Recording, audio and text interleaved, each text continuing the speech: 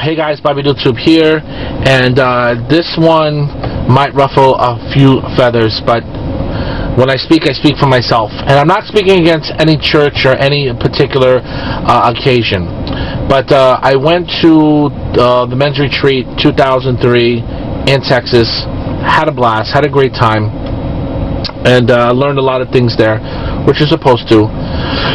But I remember coming home afterwards and feeling very depressed and very upset about it. Not about it particularly, but just afterwards. It's such an emotional high to be around 700-800 people jumping and dancing and crying and all that, and then going into an atmosphere where you're all by yourself. Actually, the truth, the day I got baptized, of course, greatest day of my life, that night I fell into such a deep depression.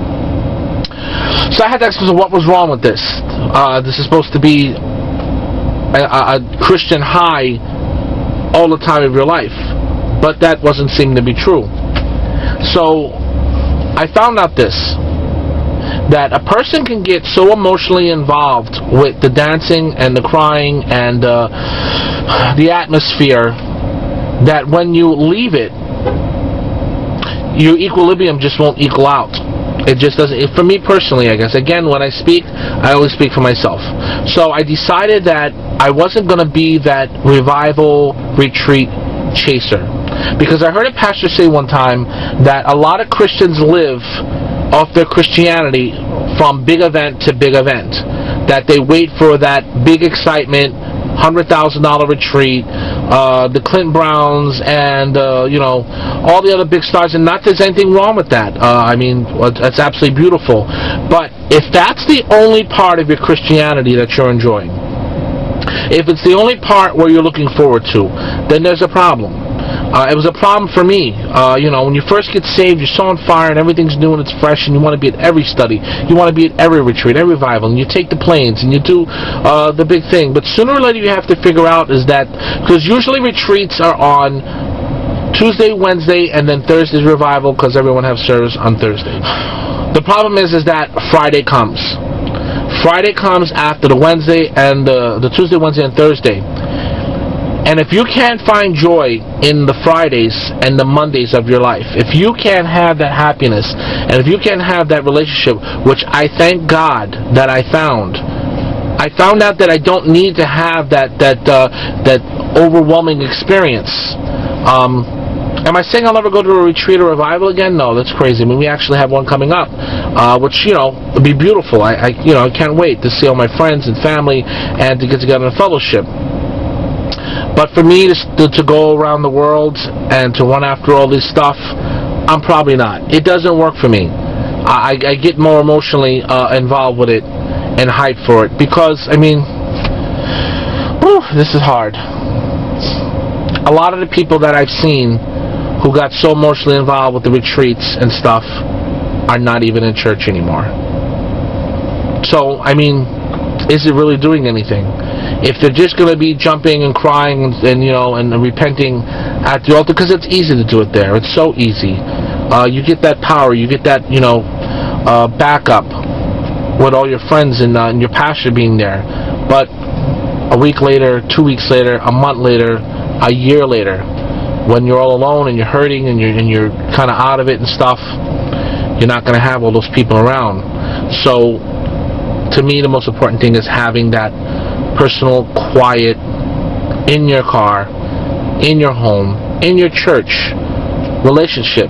Because if you're building on retreats and revivals and stuff, they end. You get 2 days. You know, and they're kind of a month, 6 weeks, even a year apart. So what are you doing in between that? So now, having this relationship, you find a peace there, and you kind of don't feel like you need to do. I'm not talking about people not going to retreats. Retreats are fantastic. But people who need their retreat, the people who kind of feel like they lost their relationship with God. Again, I'm speaking for myself. I mean, people invite me to retreat, and God bless them. I love them for it. I think it's beautiful. But I don't see myself doing a lot of traveling as far as retreats and revivals go. Again, if one day, yeah, I mean, only God knows what's going to happen the next day. But me personally, I thank God that I can find retreat and revival right here in my car, talking in the camera, finding it in a song, finding it sitting at the table with my family. The other night, my two sons were playing guitar, playing a song, and my wife was cooking, and I was on the computer, and everything was okay. Everything's okay. And I looked around and said, my God, I'm so blessed right now. No big problems. My family's home. They're safe.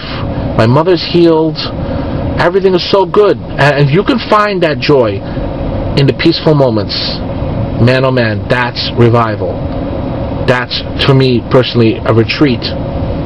To find excitement in the quiet moments of your life. That not everything has to be a jump and scream and have a good time that way. So I could be wrong.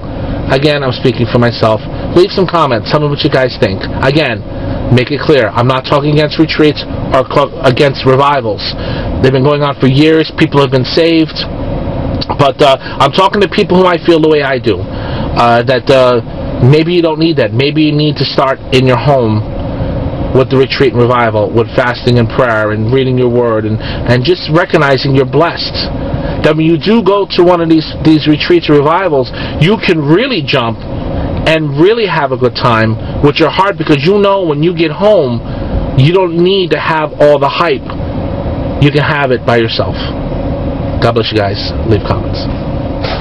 Hey guys, I just wanted to elaborate on this. There's two more points I think I want to make. The word retreat, from what I was taught at a retreat, was that when people go in the army and they're fighting a war and they're losing the war, they will retreat back to the camp to get a new game plan because they're losing. And of course the word revival, I mean, I don't have Greek and Hebrew on it, but it's kind of common sense that when something's dead, it needs to be revived.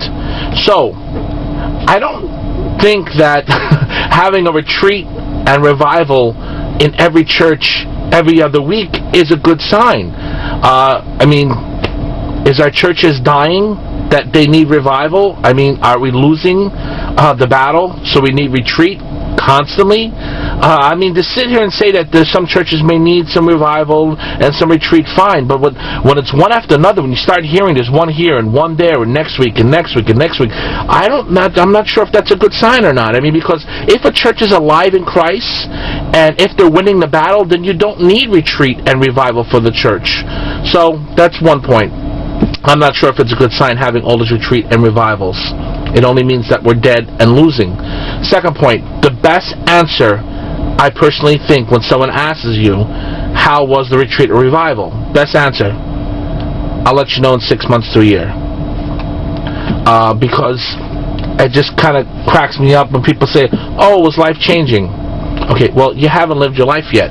So how can you know if it gave you life-changing? Now, yeah, I'm sure that there's people went to retreats and revivals and they get some strength and they get some encouragement and stuff, but I think we're better off that after a couple of years, someone comes up and says, hey, I heard you're doing good. I heard you give up fortune telling and drinking and gambling, and I heard you're working on the choir or whatever. You don't even have to work in church. Just your life changed. You go, oh yeah, well, a couple of years ago I went to this retreat or revival and it was life-changing.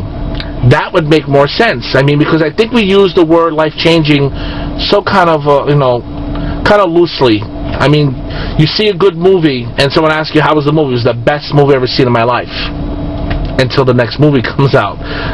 So, to use the word life-changing a day after the retreat or revival, I personally think it's a little premature. So, that's my 2 points.